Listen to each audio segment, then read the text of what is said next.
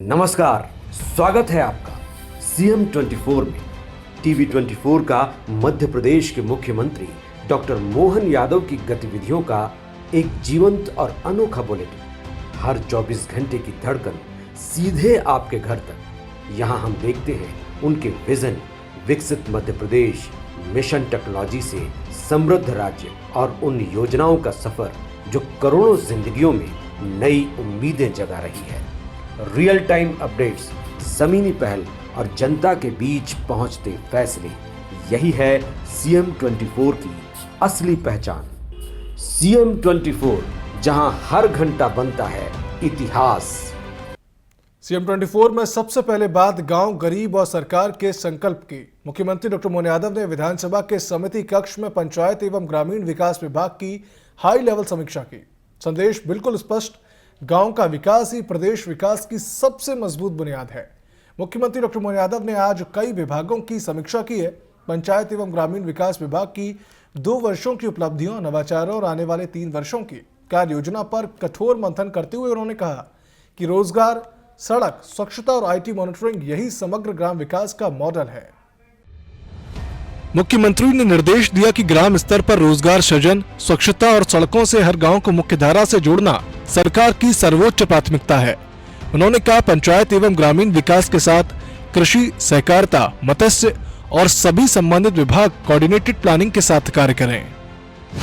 बैठक में 2 वर्षों की उपलब्धियों का प्रेजेंटेशन, 2472 ग्राम सेवा सदन, 106 अटल सुशासन भवन, 5 जिला सुशासन भवन, 3560 सामुदायिक भवन स्वीकृत, 231 आश्रय स्थल एवं 89 उद्यम स्थलों पर फेंसिंग व पौधारोपण, 155 विधानसभा में मुख्यमंत्री वृंदावन ग्राम योजना के ग्राम चयन, प्रधानमंत्री आवास ग्रामीण में मध्य प्रदेश देश में अव्वल, 1,72,000 के लक्ष्य के विरुद्ध 11,40,000 आवास स्वीकृत, जल गंगा संवर्धन अभियान में 60,428 कार्य, नरेगा में 2024-25 में 1,897 लाख और 2025-26 में 1,404 लाख मानव दिवस सृजन, आजीविका मिशन में 11,27,000 लखपति दीदी और हजारों युवाओं को रोजगार और स्वरोजगार। आईटी आधारित ग्रामीण विकास मॉडल पर मुख्यमंत्री ने संतोष जताया। सैटेलाइट मैपिंग से संपर्कहीन बस्तियां, ड्रोन से एक बगिया मां के नाम मॉनिटरिंग, सिप्री सॉफ्टवेयर और एआई आधारित डैशबोर्ड, एलएमएस आधारित प्रशिक्षण, 1,258 बीमा सखी। उन्होंने इसे ग्रामीण भागीदारी और तकनीक आधारित प्रशासन की बड़ी छलांग कहा। आने वाले 3 वर्षों की कार्य योजना, समय सीमा और क्वालिटी आधारित कार्य पूर्णता, पंचायतों को आत्मनिर्भर राजस्व मॉडल, वृंदावन ग्राम योजना के ग्राम मॉडल विलेज, ग्रामीण आवागमन सुगम संपर्कता परियोजना, यशोदा दुग्ध प्रदाय योजना, आंगनबाड़ी से कक्षा 8 तक पौष्टिक नाश्ता। नीति साफ, लक्ष्य स्पष्ट, गांव केंद्र में, विकास केंद्र बिंदु में। मुख्यमंत्री डॉक्टर मोहन यादव की ग्रामीण प्रधान सोच के साथ मध्य प्रदेश आने वाले 3 वर्षों में मॉडल ग्रामों की धरती बनाने के अभियान पर तेजी से आगे बढ़ रहा है। Bureau report, TV 24। सीएम 24 में आज सबसे पहले बात नीति, निवेश और नगरीय विकास की। विधानसभा भवन के समिति कक्ष में मुख्यमंत्री डॉक्टर मोहन यादव की अध्यक्षता में हुई कैबिनेट बैठक में आज एक बड़ा फैसला, एक लंबी योजना और स्पष्ट लक्ष्य सामने आया। प्रदेश के नगरीय क्षेत्र में अधोसंरचना को मजबूत करने के लिए 500 करोड़ रुपए अतिरिक्त स्वीकृत किए गए हैं। यानी पेयजल, सफाई, स्ट्रीट लाइट, मार्ग, नालियां, सामुदायिक भवन, रैन बसेरा और खेल मैदान जैसे कार्य अब और तेजी से पूरे किए जाएंगे। प्रदेश में अभी 1062 परियोजनाएं चल रही हैं, 325 पूरी हो चुकी हैं, 407 निर्माणाधीन और 330 डीपीआर व निविदा प्रक्रिया में हैं।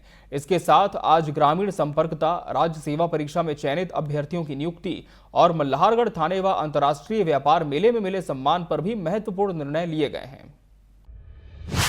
कैबिनेट के फैसले, नगरीय अधोसंरचना योजना को 2026-27 तक बढ़ाया गया, 500 करोड़ रुपए अतिरिक्त स्वीकृत।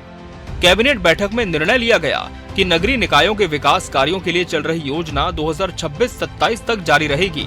इस योजना के तहत वर्तमान में 1070 करोड़ रुपए की लागत से 1062 परियोजनाएं चल रही हैं। 325 परियोजनाएं पूर्ण, 407 पर कार्य प्रगति पर और शेष 330 डीपीआर निविदा प्रक्रिया में हैं।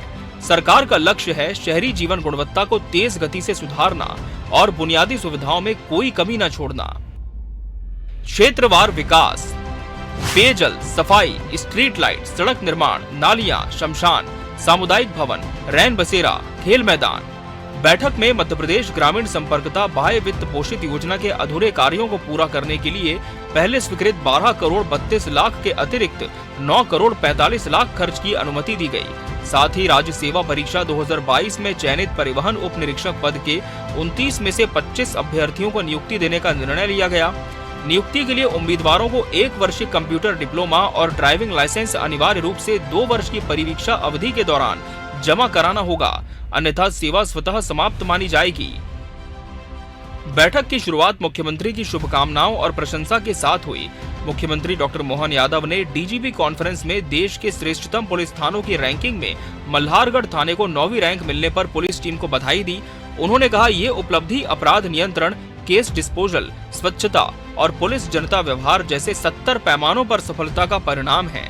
सीएम ने 44वें भारतीय अंतर्राष्ट्रीय व्यापार मेले में उत्कृष्ट प्रदर्शन के लिए मध्य प्रदेश मंडप को रजत पदक मिलने पर भी टीम को शुभकामनाएं दी। सीएम 24 में आज कैबिनेट के फैसलों के साथ हमने इन 3 संदेशों को साफ साफ देखा।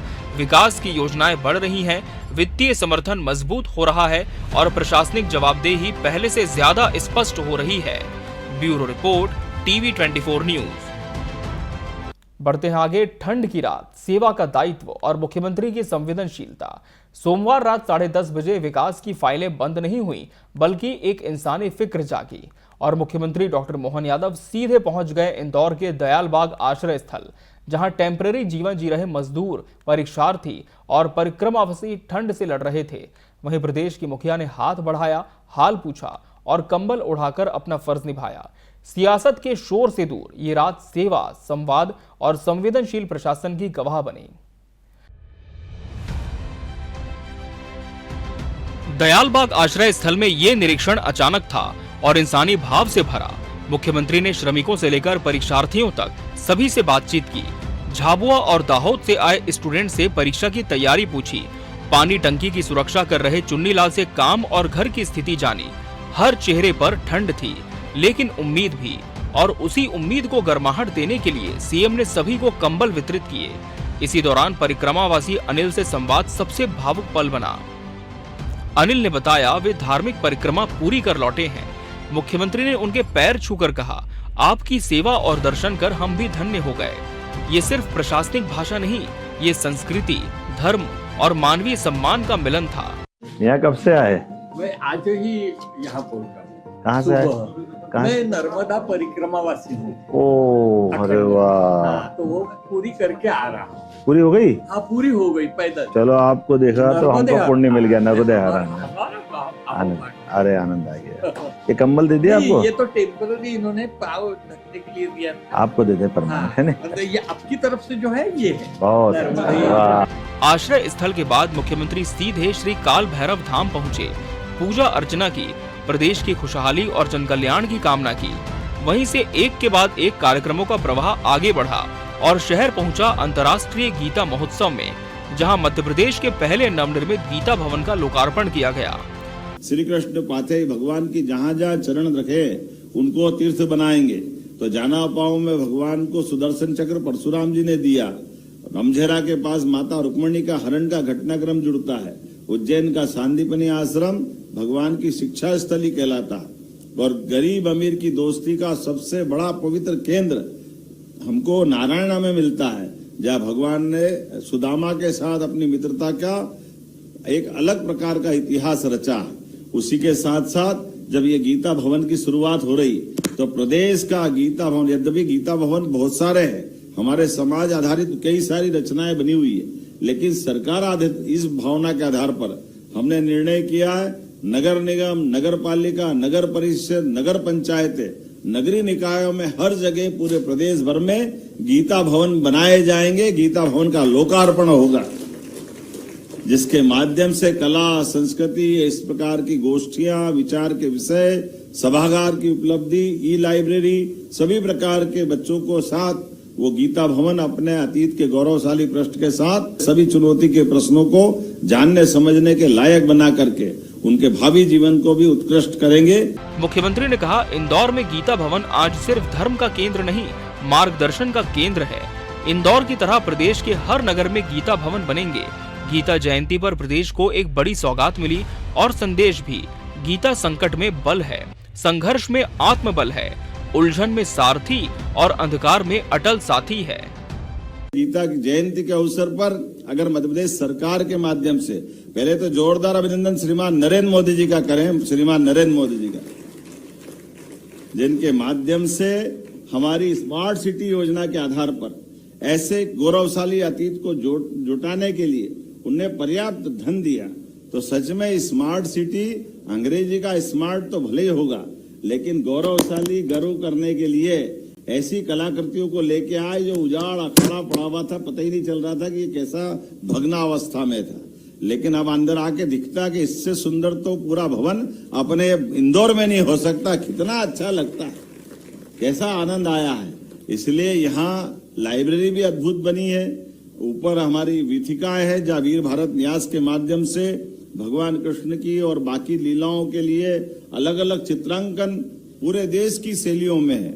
वहाँ असम से लगा करके नागालैंड तक, मिजोरम से लगा करके मणिपुर तक, और उत्तर से लगा के दक्षिण, पूरब से लगा के पश्चिम, सभी शैलियों के माध्यम से अपनी गौरवशाली वीथिकाओं में चित्रों के आधार पर अपना अतीत पे भी गर्व कर सकते हैं। और उसी के साथ साथ ये भव्य सभागार, हम सब जानते हैं कि राजवाड़े पे आने की इच्छा तो बहुत होती है। राजवाड़े पे हमारे लिए बाकी के साथों में हमारे अतीत के गौरवशाली पृष्ठ पे ये गीता भवन की जो सौगात मिली, सच में महापौर जी और पूरे मंच को और दोनों मंत्रियों को भी बधाई देना चाहता हूँ। जोरदार ताली बजाए कैलाश जी, तुलसी जी और हमारी पूरी सरकार के लिए। दयाल बाग से काल भैरव और वहां से गीता भवन तक ये दौर सिर्फ कार्यक्रमों का नहीं, सेवा, संस्कृति और संवेदनशील शासन का था। जनता के बीच रहने वाला नेतृत्व ठंड की रात में कंबल की गर्माहट बनकर सामने आया। Bureau report, TV 24 news. इसी के साथ हमारे इस खास कार्यक्रम में फिलहाल इतना ही। मुझे और पूरी टीम को दीजिए इजाजत। नमस्कार।